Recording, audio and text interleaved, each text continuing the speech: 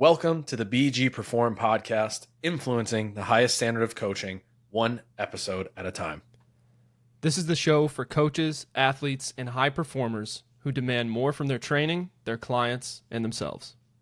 Whether you're coaching elite competitors or everyday people, you'll get raw insights that raise the bar so you can influence the highest standard of coaching in your world. DM myself at BGPerform_ and at Coach Jerry Hayes to work together or learn from the best. This show is part of the Coach RX Podcast Network, a collection of shows designed to elevate the coaching conversation. Find the link in the description below. Now sit back and enjoy our new episode.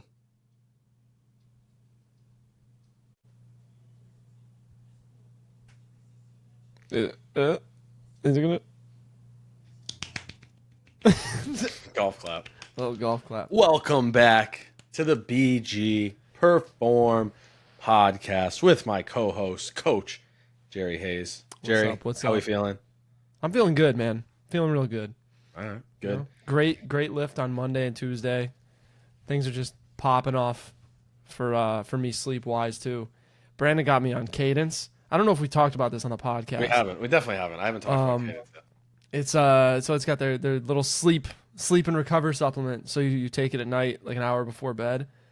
And if you've listened to the podcast or you've followed me before, like, you know that sleep is like it's easier for me to like run a mile in less than 7 minutes than it is for me to get a good night's sleep.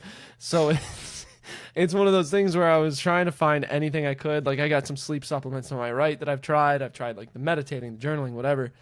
I took this supplement. I swear to God, the next morning I woke up and I felt like a different person. I felt like I was like 19 years old. I got out of bed and I was like, oh, wow, I'm awake. I had crazy dreams. And I'm just like, ever since then, life has gotten a lot easier for me, which is good. If Ross ever listens to this, I've been pushing cadence, all right? It's true. I just want you to know. I've been trying to get everybody on it. It's been helping me. Dude, I told everybody about it immediately. It's been helping me a ton. I've been using it for a long time and been using it for almost like 4 months, I think. Basically, since it came out, I think I was one of the very first orders of like the initial like first run of it, which was like, I was in England, so this was like last year at this point. But yeah, I've enjoyed it. I love it. And I was at the Vitamin Shop now, but now they're on Amazon. So if you do want to get it, it's on Amazon. I'll tell Ross. I'm gonna keep messaging him. And hey, I love you. Sending everybody. Yeah, it's great. It's magical stuff. So if you do have trouble sleeping, I'd recommend trying it because 100%. I love it. It actually made a big difference. Dreams. That's the biggest thing. You get some crazy ass dreams on that stuff.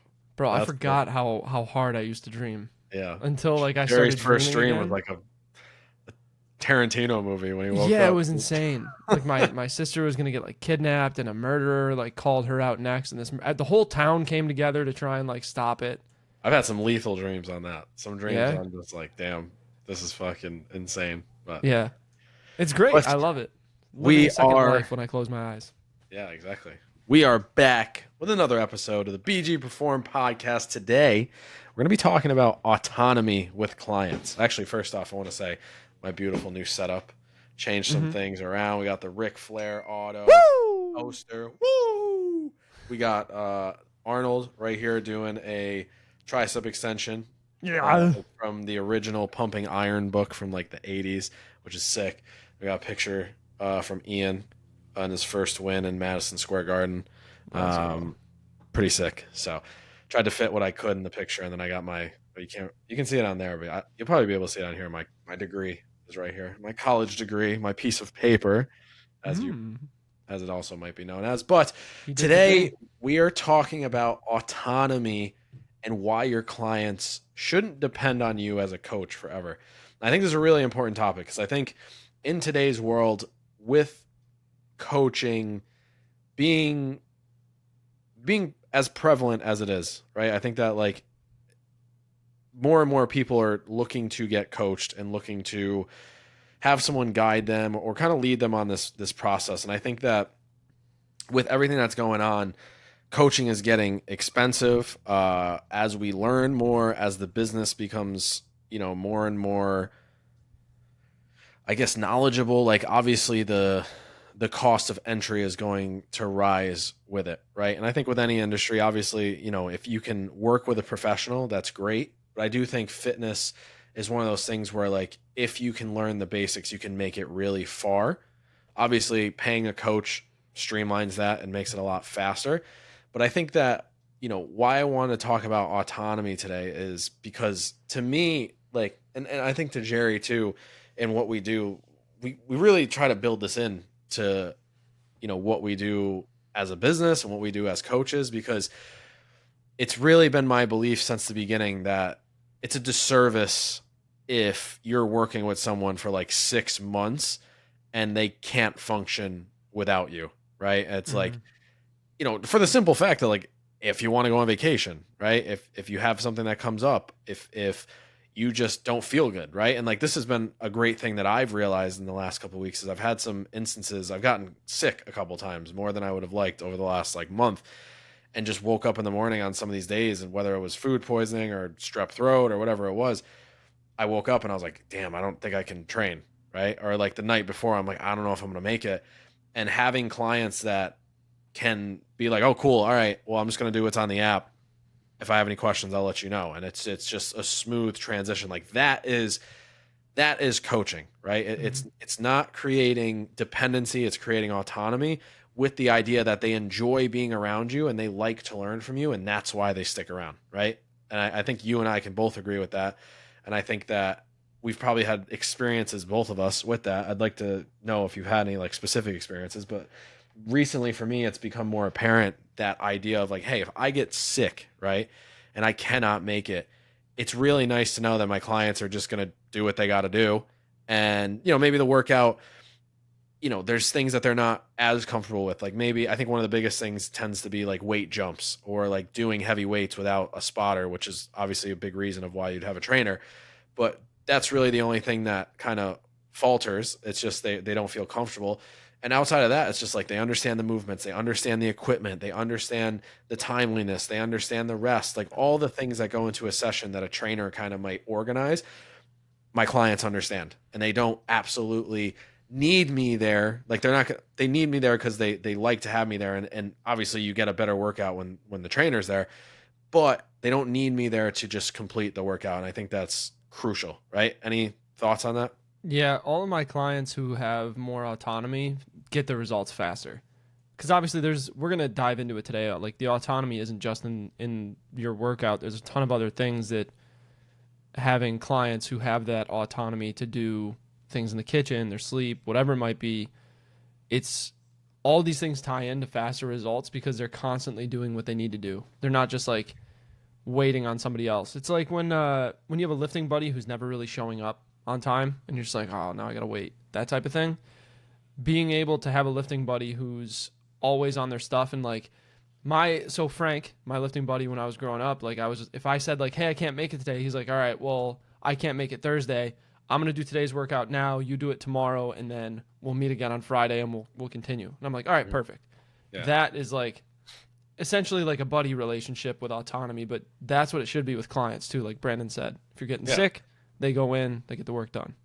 Yeah. And I think like I said, as coaches, we should be striving for this. And I think Mm-hmm. the reason why we oftentimes may not see people directly striving for it is because it can lead to people leaving. It can lead to clients being like, hey, well, maybe I just don't really need a trainer. Like, I got to that point, and then it ends up being an ego thing or a business thing. And I really do think if you do the right job, and you do a really good job at teaching someone how to be autonomous in their training, it's going to pay you back in tenfold, right? Mm-hmm. I think when you think short term of like, hey, if I lose this client, blah blah blah, whatever might go wrong, is like, hey, but at least I help someone, get better in fitness. And I think most of the time, if you do it the right way, these people are going to want to continue to stay around you and work with you because they enjoy you as a person, right?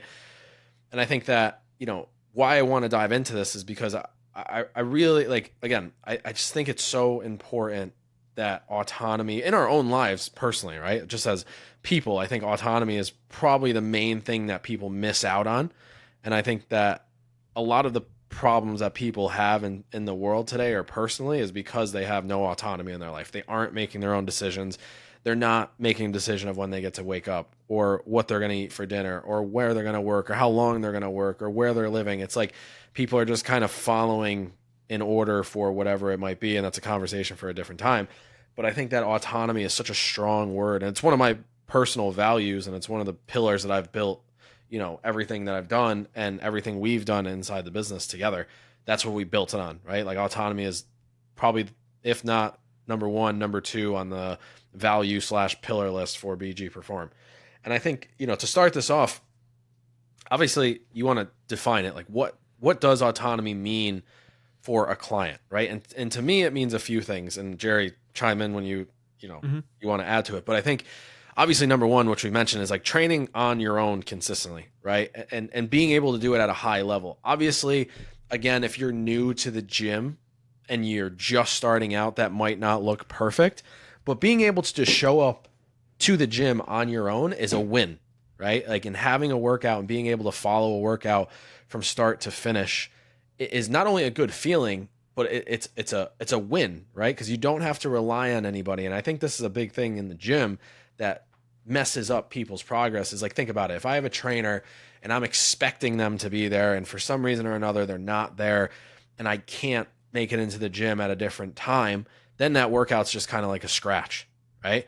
When you can make it in on your own and comfortably and confidently navigate the workout, you get you get to complete that workout and you get to make that progress, right? Not dependent on anybody, not waiting on anybody, not answering to anybody's schedule.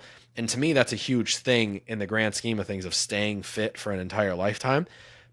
And like I said, I think that's probably one of the most important things we can talk about in defining autonomy inside of training. Yeah, and we've talked about this before on the podcast too, and I think I brought it up, if not last podcast, the one before the episode. But autonomy starts with discipline, because obviously you can have the ability to, like, okay, I know I can go to the gym on my own and understand what I'm doing. I know I can make the right decisions in the kitchen. I know I could show up and do this, but having the discipline to do it, if you don't have the discipline, you're not going to be able to sit with the autonomy. So especially for all the coaches who listen to us and listen to the podcast, that's the biggest thing that I would say to stress in the beginning is building the discipline, building the good habits, so the autonomy could just be laid right on top of it. Because if you try to put autonomy, or if you try to put discipline on top of the autonomy, everything crumbles. Yeah, Fast. exactly. Yeah. And I think that was one of the points, we kind of wrote in our notes, was just like making the right decisions in the gym, in the kitchen.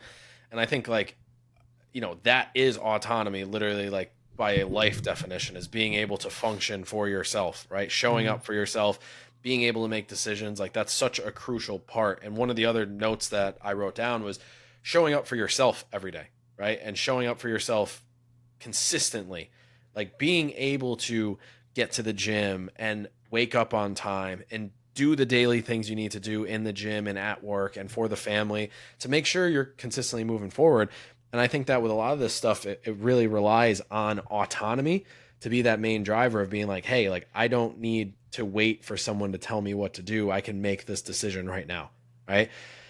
And I think autonomy is built through small wins on a daily basis. It's like, hey, when I'm, a little bit younger, I'm going to decide, what my room looks like, what color some of the things are in my room. I'm going to decide what shoes I wear, what clothes I wear. And you build up enough little wins, little decisions, what I'm going to eat, when I'm going to eat it. And you start to build confidence and understanding like, hey, I can make decisions. And I really think it just comes down to like a confidence thing, right? The more you do it, the more practice you have, the better off you're going to get at making these decisions, which is just going to make you, in theory, more autonomous, right? Mm-hmm. And I think that that's one of the biggest things is being able to, like, in the beginning, when you're not confident, just show up, make decisions, see what occurs from those decisions, and be like, hey, that was a terrible decision. I'm not doing that again. Or that was a great decision. I'm going to keep doing this, right? And either way is going to give you some feedback that you can continue moving forward, and you're going to know, which you're going to end up being able to use to continue to just improve yourself without relying on anybody. Agreed. Yeah. Well said. Well said.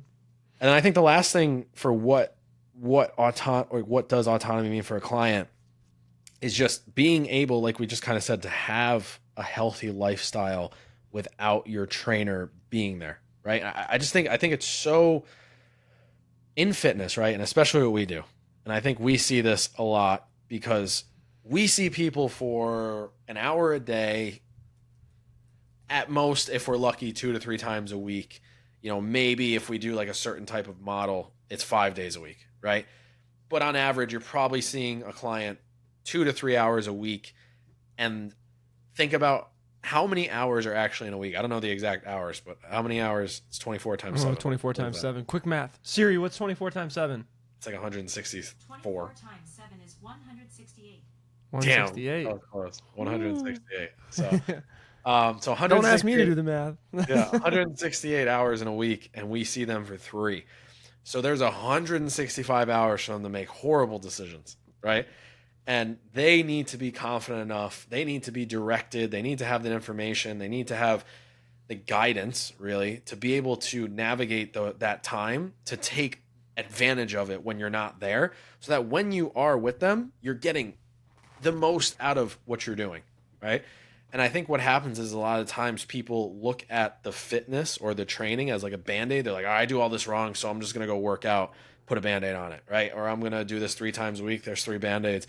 And they think it's going to fix it. And then we see what happens. Me and Jerry have these conversations how many times in our training career so far? Oh, I'm doing the workouts, blah, blah, blah, but nothing's changing. Or I'm doing the workouts and, I'm eating somewhat good and nothing's changed. It's like, okay, well, what are you doing on the other days? Oh, well, I don't walk. I have like 2,000 steps a day outside of the gym and, all the other horrible things you could throw in. And it's like, well, what did your weekend look like? Well, I had Yeah. about 6 beers, not light. We're talking Yeah. heavy. Heavy Oh, beers. man. Oh, boy. So you have 98% of your time spent outside of the gym is negatively impacting your life. Obviously, you're not going to get results. And I think that autonomy is kind of defining it for a client as these 4 main things blended together in what, gives someone the confidence to be able to navigate, be a great client, understand things a little bit better, and have the information to make these decisions and show up for themselves on a daily basis, right? And I think the second point, actually, anything to add to that? I don't know. No, okay, cool. Sorry, my nephew knocked on the door and he was like, I need you for something. I was like, I can't do that right now. It's okay. He's like holding a toy with a missing leg. So Gotcha. I'll fix it after. So the next point to kind of get into is I really believe that clients should be able to support themselves on the journey and just feel confident to make decisions on their own, right? They should be able to understand the gym. They should be able to walk into the gym and know this is a chest press machine. This is a barbell. This is a dumbbell. This is a kettlebell. This is not a barbell. This is not a dumbbell. This is not a kettlebell. Being able to decipher which is which, being able to decipher what a 45-pound plate looks like. If it's in kilos, what does that mean? If, for example, I was thinking about this the other day, like if you're new to the gym and there's something in your program that says like, hey, I'm supposed to do this, but that's taken, right? Like, how do you handle these situations? And I think that this is such an important piece of training, is not just like when someone shows up to the session being like, all right, 1, 2, 3, but just counting reps and just showing, like standing there essentially wasting oxygen, just being a body, right? It's showing, explaining. It's like, hey, we're going to back squat. This is what we're going to do for the back squat. We're going to deadlift. This is why we deadlift. This is the reason that the deadlift feels good. This is what it does for us. This is how to dissociate, or what's the word I'm looking for? This is how we, decipher which is a deadlift and which is an RDL. Here are the little differences in the knee bend. Here are the little differences in, the hip position. These things are very important to a client. So when they do get into the program and they do start to follow it, they are able to understand a little bit more what they have to do, when they have to do it, and what not to do in the gym, right? And I think that's the most important thing to navigate the gym, is just them building confidence and understanding literally just the layout of the gym. The cardio is over here, the weights are over here, the dumbbells are over here, and just being able to understand like, okay, if I want to do a superset, here's what I'm going to need and here's how I'm going to navigate it. How much rest time do I actually need? Hey, my coach put 50 pounds, but I really think I can do 60 pounds, and having the confidence to be able to make that jump, that means you're teaching, right? And I think the next thing is obviously being able to understand what good nutrition looks like, right? Like being able to go into a store and say, hey, this is what I should be eating, right? This is not what I should be eating. If you're going out, right? And me and Jerry have written a lot of ebooks on this. So if anybody is interested, we have a lot of books that we've actually written and gone over of like how to deal with some of these things. For example, like how to be a beast during the holiday feasts. One of our awesome ebooks, just like when you're in the holidays, how do you manage that stuff, right? How to just break down a grocery store and where you should be eating and where you shouldn't be eating. 6 just basic nutrition, like what are the things you should be eating, when should you be eating them, that sort of thing, right? All of this is stuff that a client needs to be successful in the grand scheme of things in fitness, and we want them to understand this from the get-go. And you need to take your time in teaching this and having them make decisions and not just holding their hand across the whole thing and making every decision for them. It's like, hey, your client calls, right? And I'm sure we've both had this happen 100 times. Hey, I'm at the grocery store. I, want to buy beef. I'm seeing 80-20 and I'm seeing 95-5, right? Or what is it? 97-3. 93.7. 80 and 93.7. 80-20 is way cheaper. Is it okay if I buy that? And then it's like, okay, well, how would you answer that? Right? Tell me, take me through it. How I would answer it? Yeah. How would someone out calls you and asks? It is okay to have that, but then we need to measure our fat in the other areas and make sure that we're getting less there so we can at least level it out. Because I've had those times where like 80-20 is like it's in the budget, and that 90-10 is like, whew, But like you got to make the adjustments. Like maybe don't throw a giant scoop of peanut butter in your shake in the morning. Exactly. Yeah. So just leveling it out and kind of pulling away from some areas if you're gonna give it in others. Yeah, and I think also it's like having that conversation with the client of like, well, all right, so break it down to me. You're about to buy 80-20 versus 93-7 beef. What do you think the differences are? Oh, well, this one obviously has more fat. This one obviously has a little bit less fat. So it's like, okay, cool. So we just got to be aware of that. It's cheaper, but it's going to have a little bit more fat, which is going to be a little bit more calories. So like Jerry said, probably not going to be able to eat as much overall. Actually, I don't know how much this makes a difference, but I've been, when I've been making the 80-20 beef, because it is cheaper, I've been draining it and then rinsing it with hot water. Ew, dude. What? Yeah, so it gets all the extra fat off. Sorry, I'm looking for a gun. I just want to forget everything you just said. Adamantium bullet through the skull. Well, no, that's I don't know. Honestly, just cook with a little less oil on it, because like the fat when it.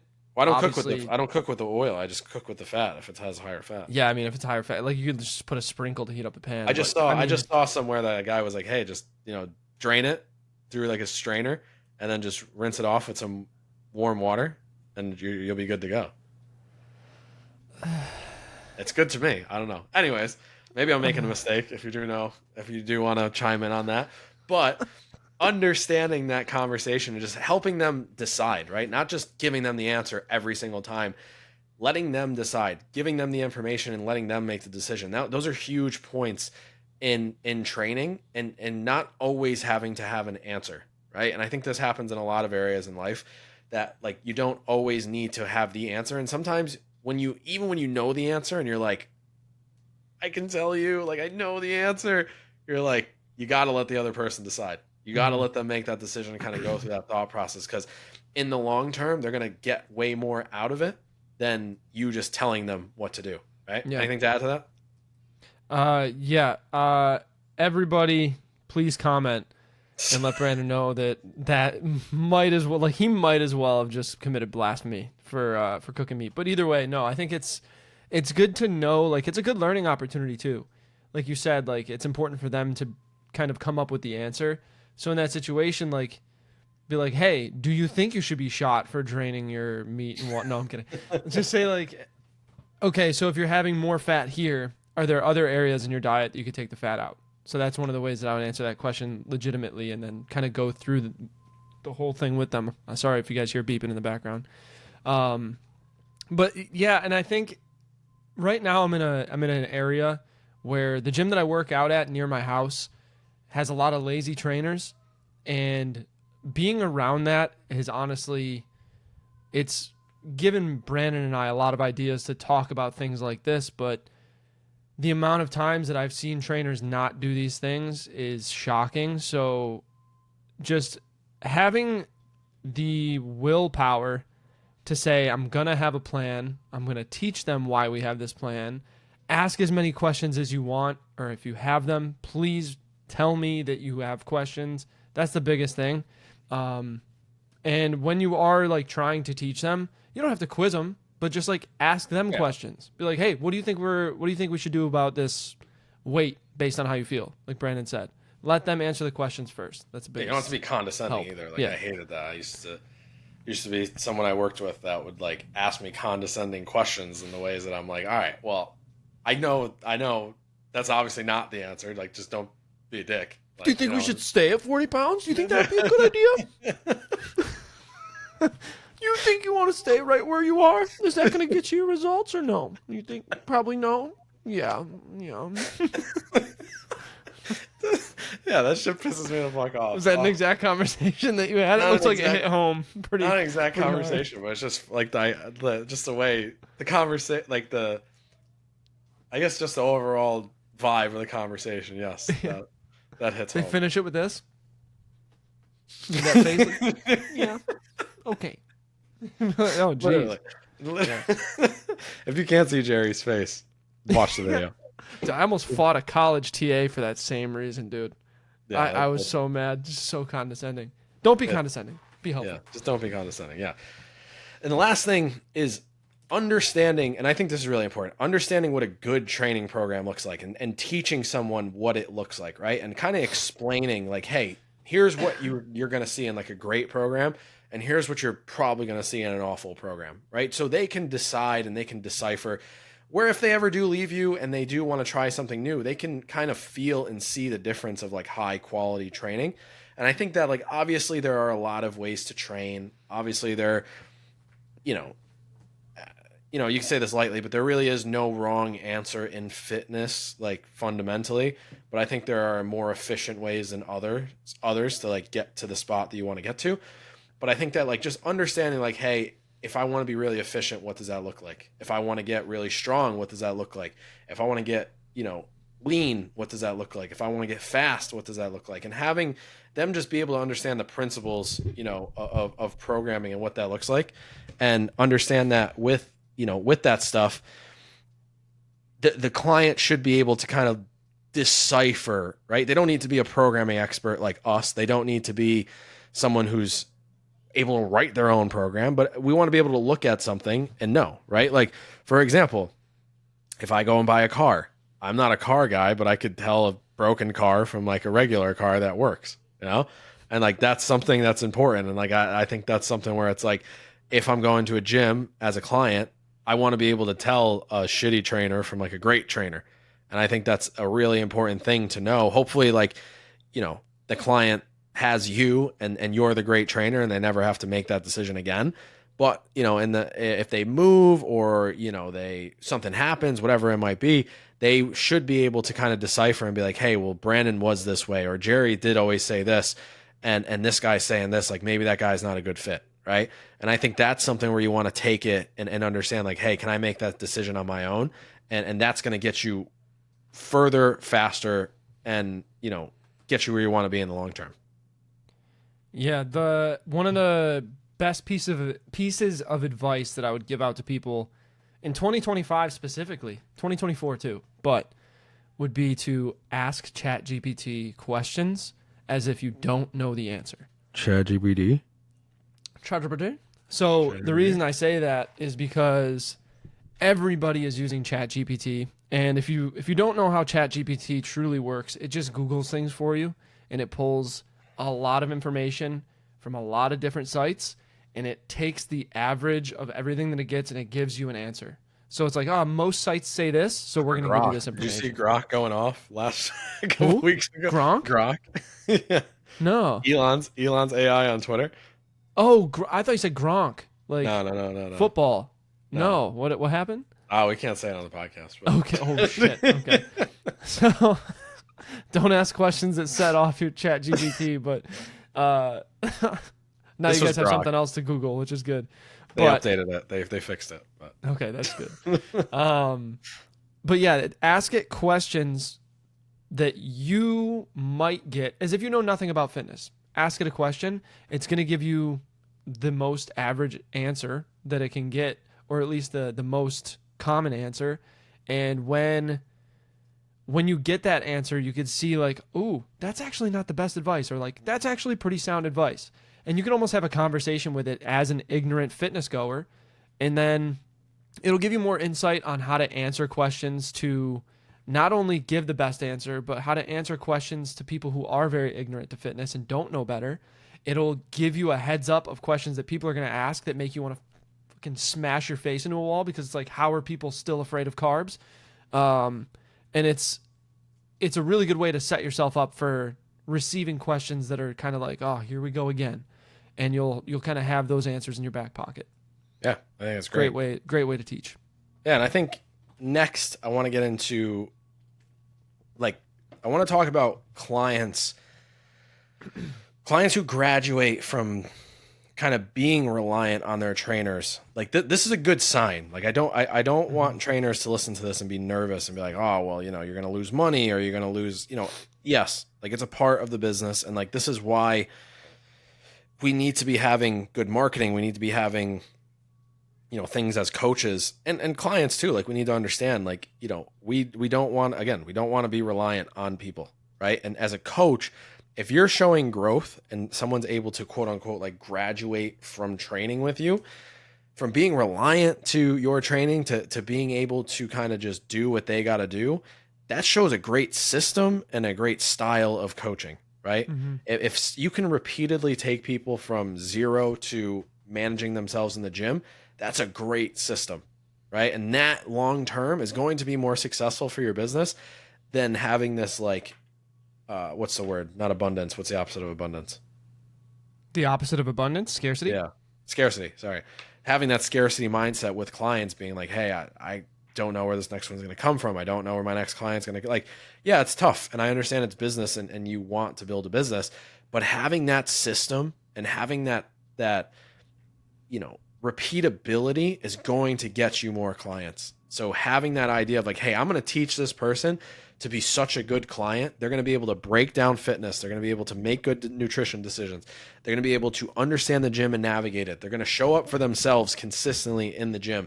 They're going to make the right decisions in the kitchen. They're going to make those 165 hours outside of being with me the best 165 hours that they can. And that's going to repeat itself consistently, and people are going to want to work with you.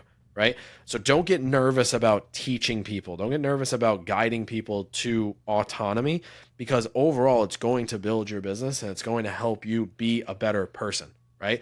Of all the people that I've worked with, I hope at the end of the day, like I set them up for success. That again, I try to tell them, I'm like, listen, I don't mean this in a weird way, but I'd love for you to be able to like not need me at some point. I love working with you and I want to continue to work with you. But I want you to feel confident that if you're like, hey, I don't need you anymore, great, I did my job, right? And I hope that like I can continue to do that at a very high level for a very long time. But I think that it shows that as a coach, you're able to teach and not just tell. And I think a lot of coaches today fall into that telling category where they're like, just talking about movement and counting reps and just telling you what to do and not really giving you any teaching or feedback or cueing or correct cueing. And it puts people in a really weird position, And I think that, like I said, don't be afraid to let people graduate, because it really shows like a great system and style. I think that more importantly, it also shows that you are doing what you say you're there to do. Yeah. You're there to help people.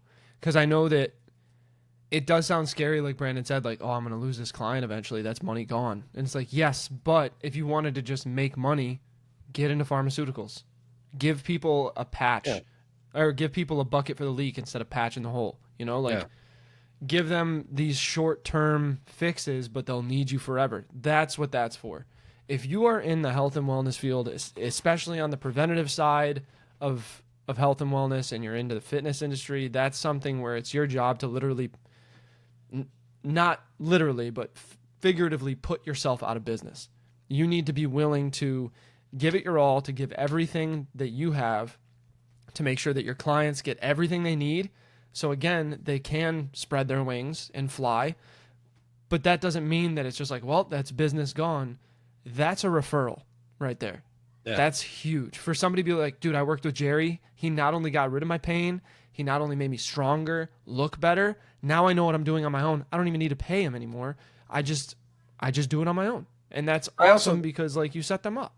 I also think like you're not like that's the other thing too is like I used to have that when I first started. I had that fear. Like I never like changed my coaching because of it, but I always had that fear. I was like, damn, someone's gonna learn and then they're just gonna leave. But Yeah. then like eventually it just like people like it.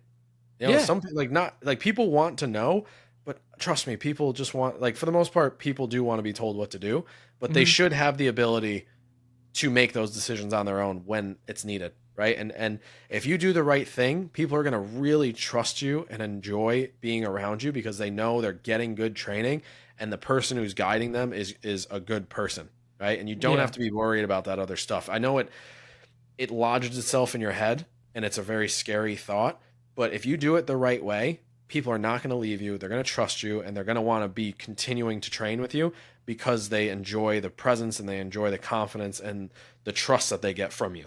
Dude, I even have online clients that I know they could do it on their own, but they tell me themselves they're like, I don't want to like I'd rather have you there. Like I don't want to make up the workouts. Like cuz Exactly.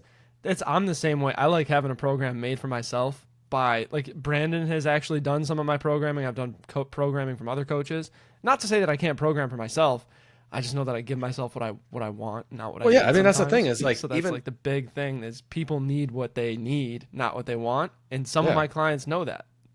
exactly. And that's the thing Yeah. is like again, even with like your talk-ins, you need to you need to put yourself in a position where you're going the extra, right? And Hmm. sometimes it's just you're not going to sit there and program for yourself sometimes, a hard ass squat session or a heavy ass bench or like a hard ass conditioning.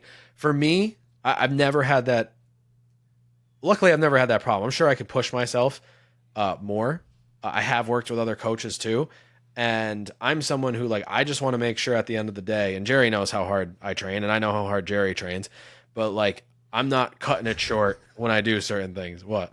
I'll give a story for the end. If you guys want. How about how hard I train? Continue.